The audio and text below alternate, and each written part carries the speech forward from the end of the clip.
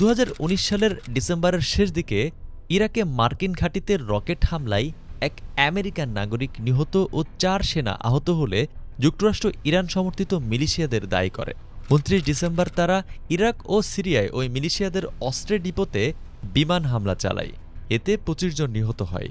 এর জবাবে 31 December Iran সমর্থিত মিলিশিয়ারা বাগদাদে মার্কিন দূতাবাস ঘেরাও করে। উত্তেজনার চরমে 2020 সালের 3 জানুয়ারি প্রেসিডেন্ট ট্রাম্পের অনুমোদনে ড্রোন হামলায় নিহত হন ইরানের কুদস ফোর্সের কমান্ডার কাশেম সোলাইমানি, ইরানি শাসনের দ্বিতীয় সর্বোচ্চ ক্ষমতাধর ব্যক্তি, যার সঙ্গে আরও 9 জন প্রাণ হারায়।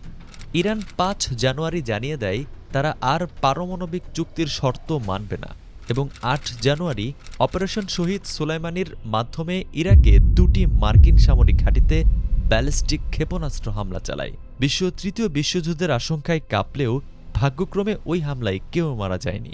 কিন্তু একই দিনে আরেক ট্র্যাজেডি ঘটে। ইরানের বিমান প্রতিরক্ষা বাহিনী ভুলবশত ইউক্রেন ইন্টারন্যাশনাল এয়ারলাইন্সের ফ্লাইট 752-কে আমেরিকান ক্রুজ মিসাইল ভেবে গুলি করে, যাতে 176 জন যাত্রী নিহত হন।